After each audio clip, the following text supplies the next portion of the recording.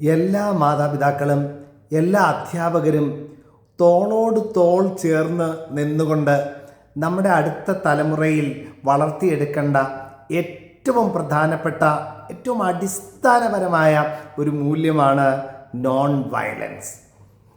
കാരണം നമ്മൾ എവിടെ ഒരുമിച്ച് കൂടിയാലും ഇന്ത്യ പോലുള്ള രാജ്യത്ത് വ്യത്യസ്തമായ രൂപങ്ങൾ, വ്യത്യസ്തമായ ഇഷ്ടങ്ങൾ, വ്യത്യസ്തമായ ആചാരങ്ങൾ, മര്യാദകൾ എല്ലാം നമുക്ക് കാണാൻ പറ്റും. ഭാരതം ഒരു പൂന്തോട്ടം പോലെയാണ്, പല നിറത്തിൽ വർണ്ണങ്ങളിലുള്ള ഒരു പൂന്തോട്ടം പോലെ. ഒരു ക്ലാസ് മുറികളിലെ കുട്ടികളെ എടുത്തു കഴിഞ്ഞാലും ആ കുട്ടികൾ തമ്മിൽ എന്തെല്ലാം വ്യത്യാസങ്ങളാണ്. ഓരോരുത്തരും വളർന്നു വരുന്ന സാഹചര്യങ്ങളൊക്കെ വ്യത്യസ്തമാണ്. ഈ വ്യത്യാസങ്ങളും കുഞ്ഞു കുഞ്ഞു ഇണക്കങ്ങളും പിണക്കങ്ങളുമൊക്കെ അവരെ വഴക്കിലേക്കും കൈവയ്ക്കുന്നതിലേക്കും പരസ്പരം ഉപദ്രവിക്കുന്നതിലേക്കുമൊക്കെ വഴുതി വീഴുന്നത് നമ്മൾ ഈ ആധുനിക കാലഘട്ടത്തിൽ കാണുകയാണ്.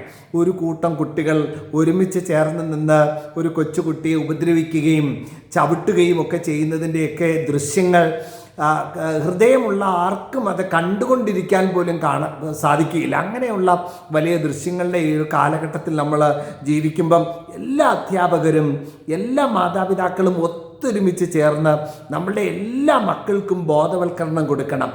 എന്ത് അഭിപ്രായ വ്യത്യാസമുണ്ടായാലും അത് ഒരു അക്രമത്തിലേക്ക് വഴുതി വീഴാൻ പാടില്ല.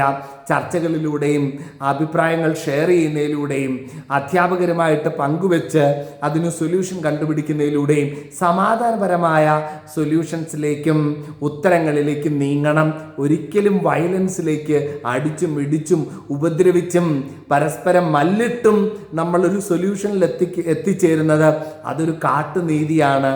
സംസ്കാരമുള്ള മനുഷ്യർക്ക് അതൊരിക്കലും ചേർന്നതല്ല. കുഞ്ഞുങ്ങളുടെ എല്ലാവരുടെയും മനസ്സിൽ സ്നേഹത്തിൻ്റെയും സൗഹാർദ്ദത്തിൻ്റെയും സമാധാനത്തിൻ്റെയും ഒരു സീഡ് പകുത്തു കൊടുക്കാം. ഇന്നർ പീസിൽ നിന്നാണ് വേൾഡ് പീസ് ഉണ്ടാകുന്നത് എന്ന് ദലൈലാമ. എല്ലാ കുഞ്ഞുങ്ങളുടെയും ഉള്ളിൽ ഒരു ആന്തരിക സമാധാനം ഉണ്ടാകട്ടെ. സ്കൂളുകളും കോളേജുകളും വീടുകളും ഒക്കെ കുഞ്ഞുങ്ങൾക്ക് ശാന്തിയും സമാധാനവും ആശ്വാസവും പകർന്നു നൽകുന്ന ഇടങ്ങളായി മാറട്ടെ. നല്ല ആശംസകൾ.